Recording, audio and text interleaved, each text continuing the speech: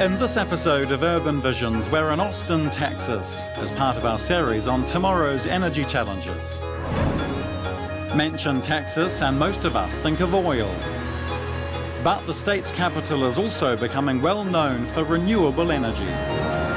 Austin was a city that had an environmental conscience before that was cool, but it really did motivate a lot of actions that the city leaders took starting in the 1980s.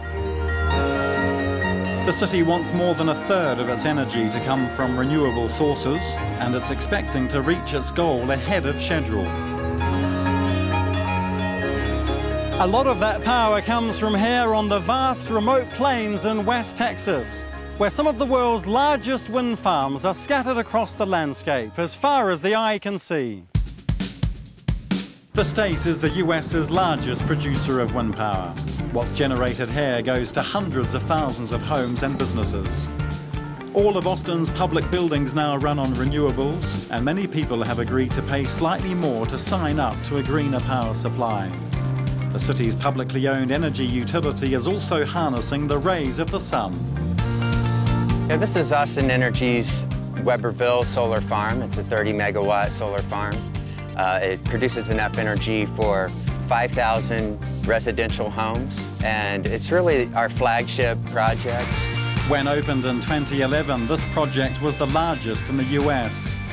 Another solar farm 5 times as big is planned locally, and a boom in solar panels on private rooftops is expected to continue.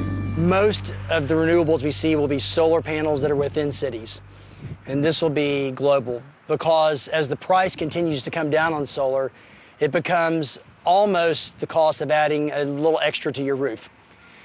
That is a game changer. At the moment, renewables account for about a fifth of the electricity produced worldwide. Amid concern about global warming, the use of wind and solar power has been growing at a fast pace.